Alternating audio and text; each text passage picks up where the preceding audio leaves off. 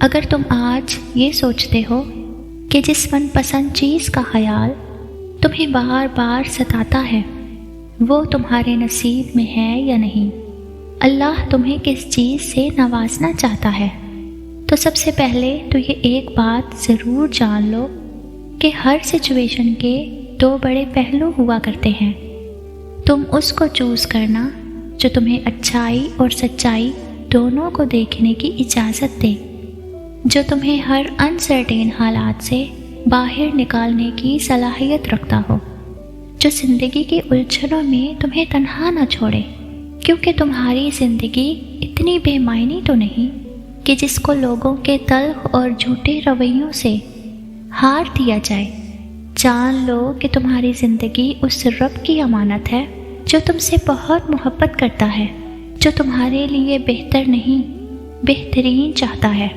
اور جانتے ہو سب سے بڑا سچ تو یہ ہے کہ انسان ہوا کوئی بھی ہو، جیسا بھی ہو، جب کچھ کرنے کا فیصلہ کر لیتا ہے نا اور اللہ سے اس کے فضل کی دعا بھی جاری رکھتا ہے تو وہ کام یقیناً ہو کر ہی رہتا ہے۔ حدیث قدسی ہے، نبی کریم صلی اللہ علیہ وآلہ وسلم نے فرمایا ہے، اللہ فرماتا ہے، اے ابن آدم تو میری عبادت کے لیے یکسو ہو جا تو میں تیرا سینہ بے نیازی سے بھر دوں گا اور تیری محتاجی دور کر دوں گا اور تیری دعا کو قبول فرماؤں گا۔ اور اگر تمہارے دل میں کسی من پسند چیز کا خیال بار بار آتا ہے اور اللہ تمہیں مسلسل دعاؤں کی توفیق بھی دے رہا ہے تو یہ اس بات کا واضح اشارہ ہے کہ اب بھی کچھ ختم نہیں ہوا، اب بھی امید کی وہ روشنی باقی ہے جو کسی دن اچانک سے تمہاری زندگی کو غیر محسوس طریقے سے منور کرنے والی ہے، کیونکہ کامیابی کے سامنے ڈٹ جانے والوں کے لیے تو جیت باہیں پھیلائے انتظار میں ہوتی ہے۔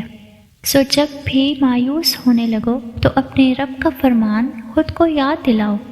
پھر وہ تمہاری من پسند چیز تم تک لائے گا مقررہ وقت پر اور تم حیران رہ جاؤ گے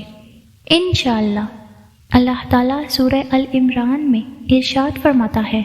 ان الامر کلہ للہ، تمام کام اللہ کے اختیار میں ہے۔ بے شک